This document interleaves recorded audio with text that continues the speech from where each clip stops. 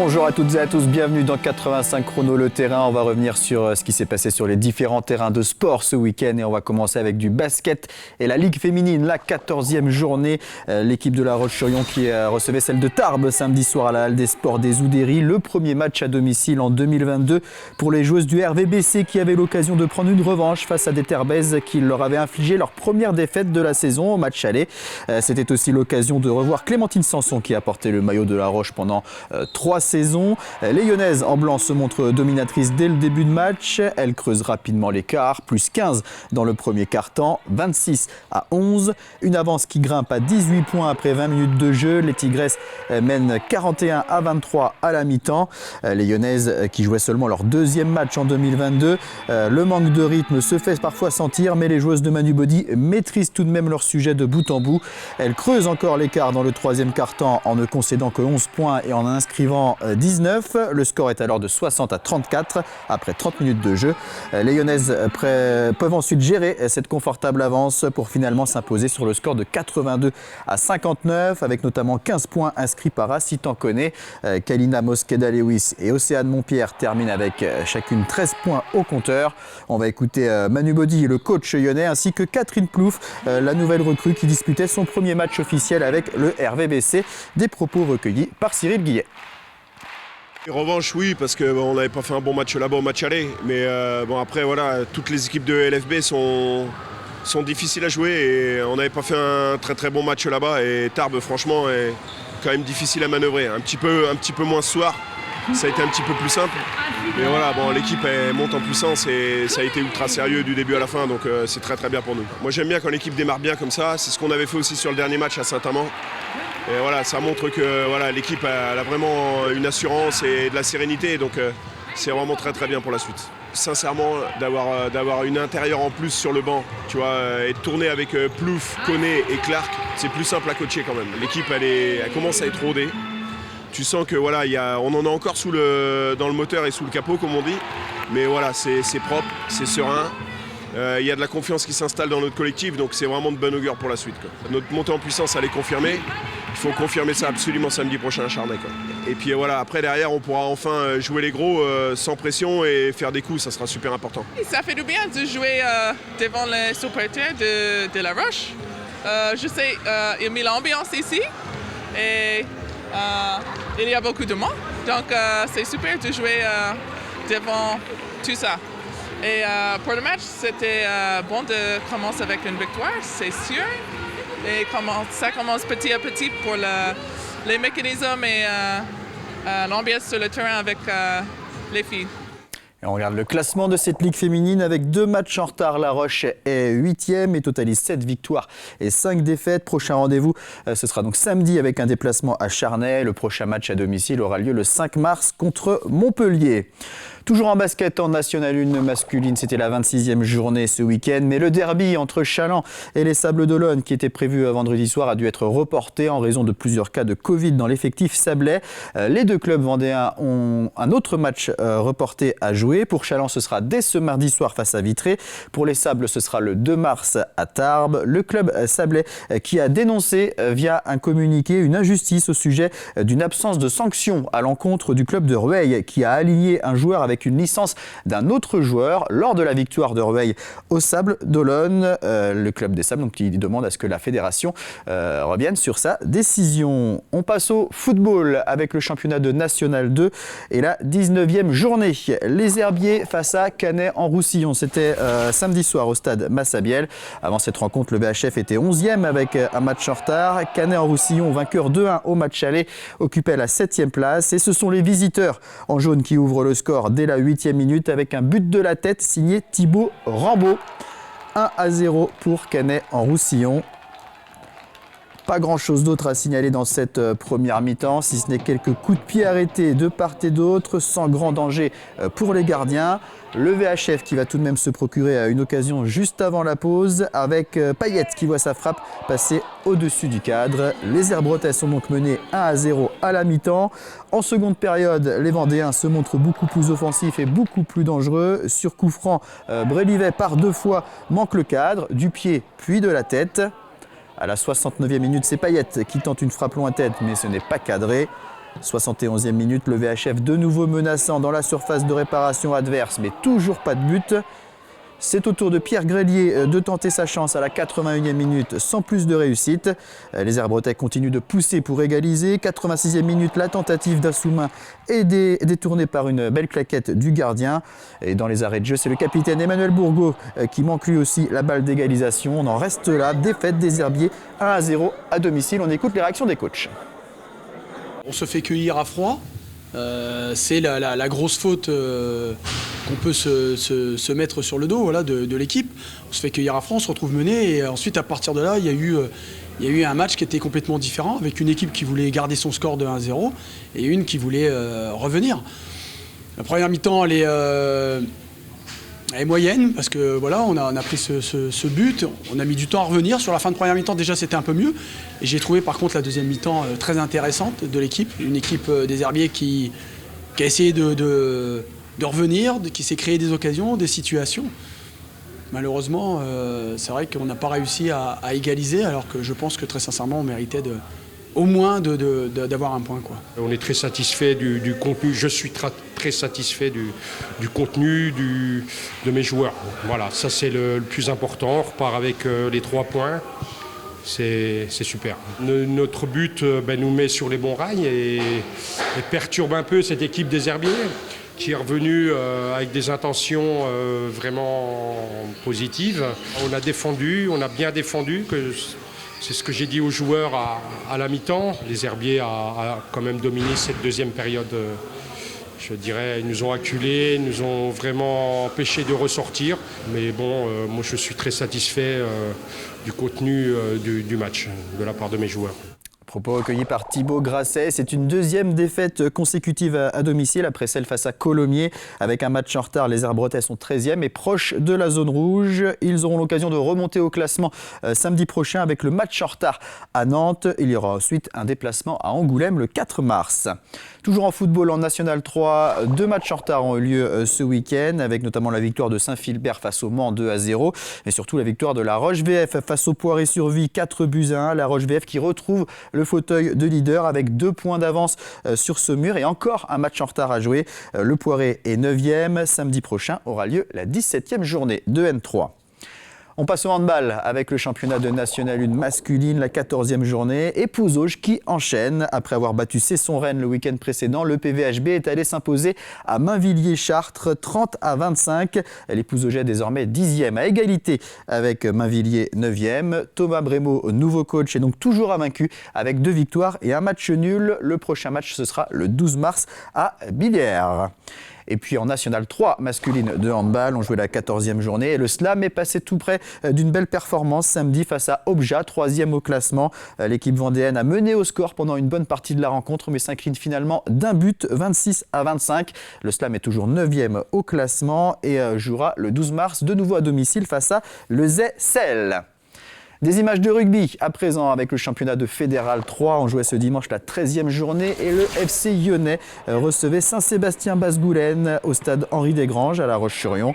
Le FCY en rouge qui était 5e ex-aequo avant ce match. Saint-Sébastien en bleu qui s'était imposé 32-16 au match aller et occupait la 8e place. Les Lyonnais toujours invaincus à domicile avant cette rencontre. Une rencontre assez pauvre au niveau du jeu. Une première mi-temps sans aucun point marqué. On a vu Thomas Génaud qui a manqué une pénalité lointaine. Saint-Sébastien sur cette action s'approche de la ligne d'en but mais ne parvient pas à percer la défense vendéenne dans les derniers mètres. On est donc à 0-0 à la pause.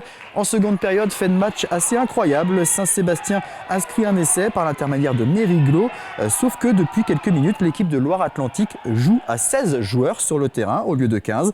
L'arbitre s'en aperçoit avant la transformation et annule donc logiquement cet essai. Le score est toujours de 0-0. Saint-Sébastien-Basse-Goulaine obtient une pénalité à la 72e minute. C'est Pain-Dessous qui se charge du coup de pied. Il envoie le ballon entre les poteaux et débloque enfin le tableau d'affichage. 3-0 pour Saint-Sébastien. Mais ce sera tout. Aucun autre point marqué dans cette rencontre et donc une victoire 3-0 des visiteurs qui ont globalement dominé ce match. On va écouter les 2 entraîneurs au micro de Cyril Guillet, Jérémy Luçon et Emmanuel Pat. Un match difficile sur le jeu complètement, quoi. C'était très haché. très peu de jeux. Donc ouais, forcément c'était pas forcément très beau à voir. Et puis l'équipe de Saint-Seb beaucoup plus réaliste que nous, qui a plusieurs occasions de marquer franchement. Et nous c'est pas le cas. Donc aujourd'hui la victoire 3-0 pour eux est méritée. Et ça fait 3 semaines là. Alors je pense qu'on n'est pas les seuls, hein, mais dû aux vacances et tout, on peut très peu s'entraîner. Les mecs sont tous partis à droite à gauche.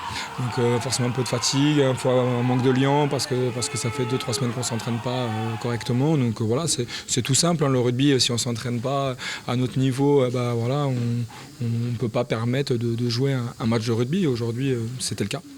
Disons que le score ne fait pas un peu le match, parce que c'est vrai que 3-0, c'est pas un grand score au rugby, hein, c'est un score à l'ancienne. Mais je pense que voilà, une victoire méritée pour Saint-Sébastien, puisque le jeu, on l'a tout fait en première mi-temps. On a 35 minutes dans leur camp, on ne marque pas malheureusement.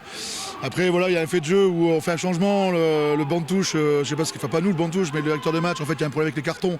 Je lui demande de sortir le joueur, il me dit mais non, c'est bon, vous êtes 15. Je fais non, on est 16. Ça se passe, il refuse l'essai, on prend pénalité derrière, ce qui est normal, hein, après c'est comme ça. Mais non, après je suis content pour les joueurs, on a les jeunes joueurs qui ont joué aujourd'hui. Le groupe, voilà, on a eu du mal depuis un petit bout de temps, on essaye de construire tout ça tranquillement le jeu. Bon, le résultat ne paie pas, parce que 3-0, c'est pas un résultat facile, enfin voilà, du rugby. Mais par contre, le contenu du match est important, quoi. Et c'est donc la première défaite à domicile du FC Lyonnais Rugby, qui est 6e au classement. Dans le même temps, l'équipe des Sables d'Olonne s'est imposée à Plabennec 18-11. Le RC Sablé 4e avec un match en retard. Dimanche prochain, le FCY se déplacera à Saint-Malo, alors que les Sablés recevront Plouzané. En rink hockey, on jouait la 11e journée de National 1 Elite et l'équipe de la Vendéenne a fait match nul à domicile face à Ploufragan, 4 buts partout. Lourde défaite du Poiré-sur-Vie sur le terrain de Noisy-le-Grand, 8-1. La Vendéenne est 5e, le Poiré est 7e et le week-end prochain sera consacré au quart de finale aller de la Coupe de France. La Vendéenne retrouvera Ploufragan alors que le Poiré sera opposé à Lyon. Et puis en hockey sur glace en Division 3, le Hogli, l'équipe de La Roche-sur-Yon, s'est imposée à Cholet 3-1. 13e victoire en 13 matchs pour l'équipe de La Roche, leader avec 10 points d'avance sur Anglette. Il ne reste plus qu'un match avant les playoffs. Du cyclisme maintenant avec le circuit des plages vendéennes. Suite et fin de cette 35e édition avec samedi un contre-la-montre par équipe autour du Poiré-sur-Vie sur une distance de 44 km. Et c'est une victoire du Vendée-U en 52 minutes 57 secondes devant Sojason Espoir et Côte d'Armor Marie-Morin U.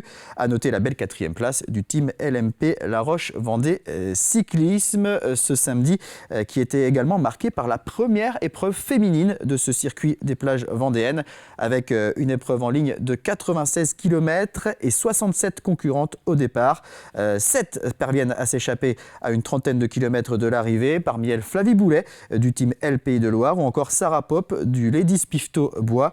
Flavie Boulet qui va tenter sa chance en solo sur le final, mais c'est finalement Adèle Degagnès de l'équipe Emotional Tornatec qui l'emporte devant Flavie Boulet. Dimanche, direction Comquier pour la 2e épreuve féminine, un contre-la-montre par équipe, là aussi 20 km 900 à parcourir. Victoire de la formation Braise Ladies en 30 minutes 21 secondes. Emotional Tornatec prend la 2e place. Occitane Cyclisme complète le podium et c'est donc Adèle Degagnès, vainqueur de la première épreuve, qui termine en tête du classement général. Et puis pour terminer, toujours à Comquier, les hommes disputaient leur 6e et dernière épreuve sur un parcours de 146 km 900. Plusieurs groupes d'échappés ont tenté leur chance ce dimanche après-midi, mais le peloton se reforme à une dizaine de kilomètres de l'arrivée et la victoire se joue au sprint. C'est le Lavallois Damien Ridel qui s'impose devant le Lyonnais Clément Orso. Et après 6 épreuves, c'est Théo Menant du Vendée-U qui termine en tête du classement général et qui remporte donc cette 35e édition du circuit des plages.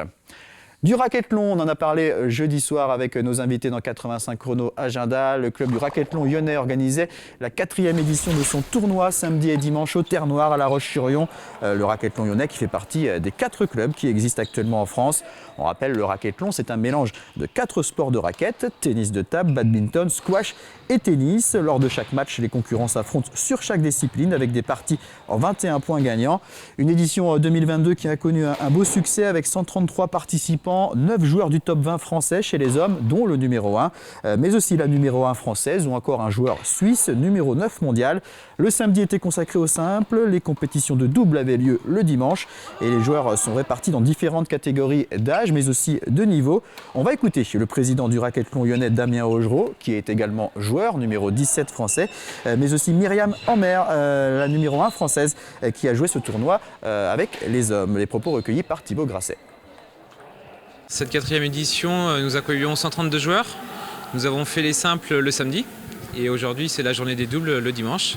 Hier, 106 joueurs étaient présents pour s'affronter dans 9 tableaux différents. Donc des tableaux de niveau A, le tableau élite, ensuite B, C, D. Et il y avait un tableau vétéran, plus de 40, un tableau jeune et 2 tableaux femmes. Ensuite, les joueurs s'affrontent dans les 4 sports. Donc à chaque fois, ils commencent par le tennis de table. Ensuite, ils vont au badminton, au squash et au tennis. Et c'est celui qui a le plus de points qui gagne la rencontre. Ce qui est bien, c'est que le racquethlon, c'est ouvert à tout le monde. Donc un joueur débutant peut venir se faire plaisir dans un tableau E et il aura des joueurs de son niveau et il va bien passer une bonne journée, il va s'amuser, il va avoir des matchs très intéressants.